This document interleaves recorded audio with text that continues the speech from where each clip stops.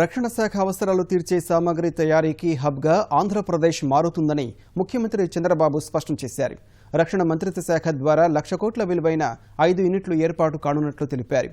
Andhra Pradesh science కాంగ్రెస్ను CM ప్రారంభించారు. విశాఖలో బీచ్ ఫెస్టివల్ పేరిట అసత్యాలు ప్రచారం చేస్తున్నారని ఆవేదన వ్యక్తం చేసిన ముఖ్యమంత్రి బీచ్ను అభివృద్ధి చేస్తామని ఓ సంస్థ ముందుకు వచ్చిందని పేర్కొన్నారు. ప్రత్యేక హోదా విషయంలో విపక్షాల విమర్శలను చంద్రబాబు తిప్పికొట్టారు. ఒక 5 యూనిట్స్ ఇప్పటికి శాంక్షన్ అయినాయి.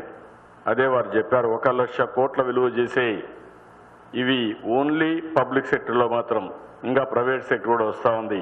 ట్రైనింగ్ యూనిట్ అట్ట చిత్తూరులో 2,000 కోట్ల రూపాయలు, బీపీఎల్ యూనిట్ అట్లా ఏర్పాటు చేయి 800 కోట్లు, బీఈఎల్ నిమ్మకూర్ ఒక 300 కోట్లు, అదే మరిగా electronic warfare and laser test facility at Orvakal ఇది కూడా ఒక 1,000 కోట్ల రూపాయలు, మిసైల్ టెస్ట్ రేంజ్ అట్ట నాగాలంక ఇది ఎన్విరాన్మెంట్ ఇవన్నీ క్లియర్ చేసి ఇమేటివ్ చేసి ఏదనికి ఉంది, దీనికి 2,000 కోట్లు.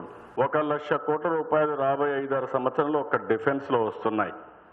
ప్రైవేటు కలుపుకుంటే 2,00,000 కోట్లు కూడా కావచ్చు టర్న్ ఓవర్ ఇవన్నీ. అలాంటి ఇన్వెస్ట్మెంట్ల కోసం మనం ముందుకు పోతుంటే కొంతమంది ప్రత్యేక ప్యాకేజీ లాభం లేదు, ఒకవేళ స్టేటస్ వస్తేనే ఏదో వస్తాయని చెప్పి కూడా తప్పుడు ప్రచారం చేసే పరిస్థితి వస్తూ ఉంది. నేను ఇక్కడ మేము కోరేది, ఇక్కడ నేను రాజకీయాలు మాట్లాడడం లేదు.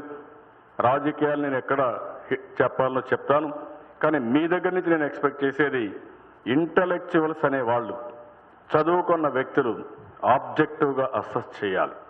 భారతదేశానికి విశాఖపట్నం నేవల్ హెడ్ క్వార్టర్గా తయారవుతుంది. దీంట్లో ఏమాత్రం కూడా అనుమానం లేదు.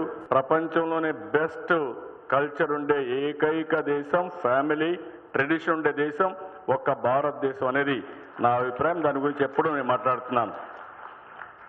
అయితే వాళ్ళు ఏదో అక్కడ బీచ్ని బాగా డెవలప్ చేయాలనుకున్నారు, డెవలప్ చేస్తున్నాం, ఎవరో అప్లికేషన్ పెట్టారని అక్కడేదో బీచ్లో మొత్తం బిక్నీస్ ఇవన్నీ పెట్టి పెద్ద ఫంక్షన్ చేస్తారని చెప్పి పెడుతున్నారు. అంటే ఒక అసత్యాన్ని కూడా ఏ విధంగా ప్రాపగండా చేయగలుగుతారో ఇది ఒక ఉదాహరణ. ఏమీ లేనిదాన్ని ఒక ఇష్యూ చేసి దాని మీద రాజకీయాలు చేయాలనుకుని కూడా చాలా దారుణంగా ఉంటుంది.